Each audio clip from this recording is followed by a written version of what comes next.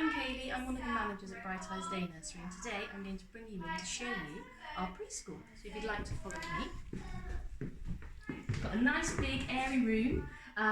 We've got lino flooring so we can have plenty of sand and water play, and lots of messy play so it's nice and easy to clean up. We have got a sand tray over here with lots of natural resources that the children can change for different ones depending on what they'd like to play with.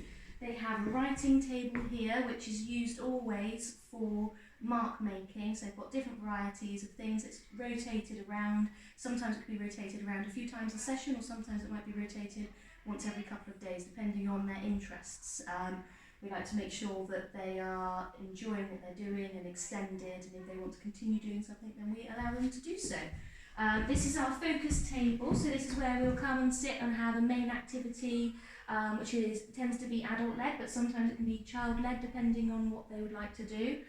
So quite a few of them have been talking about shopping at the moment, and they've been helping their parents make lists. So we've brought out the shopping list game, so they can take turns choosing the tiles, but also it's linked to their interests.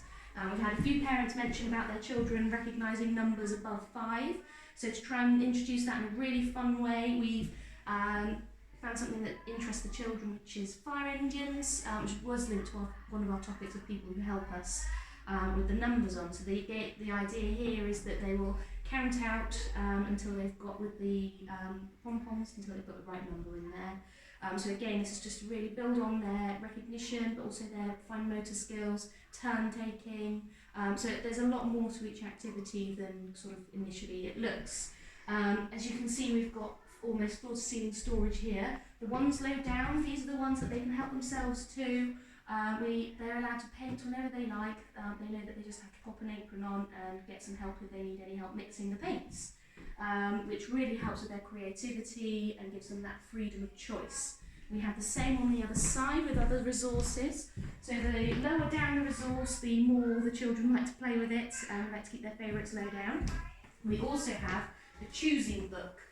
So if they can't find the box that they're looking for, or they can't quite decide, they can have a little look through and decide which one they would like, and we can then assist them in choosing something to come down. We also learn to recognise their own names. They've all got their own drawers where they can pop their sun cream or their hats or their mittens, depending on the season, and their arts and crafts to go home. Up here, this is our choosing table. So as part of the British values to learn the rule of democracy, they can come along, choose find their name, and then they can make a vote.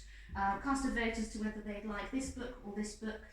This has changed once it's been chosen for the next thing for them to come along and have a choice of.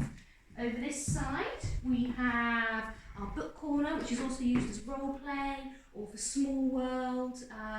It's really very much a quiet, calm area where they can come, sit and read a book or explore in their own little world, and they can welcome their friends. We've got a nose wiping station, and their water bottles come here, so they've always got access to that. Someone's stolen the antibac. There's not the antibac next to the tissues as well. We've got a role play corner, so this is currently set up as a house or a home, but it could be anything. It could be the vet's post office, doctor's surgery, whatever takes their fancy really. We've got the shelf of curiosity, so things that they're interested in, they can pop in the jars for them to have a look at. And then this area over here, we've got things for them to, again, build up those fine motor skills. So it could be a Play-Doh station. They've got some threading set out at the moment. We've got lots of welly boots and waterproofs and free access straight out into the garden. So they've always got access straight outside where they can come and play. They can bring some toys from inside, outside.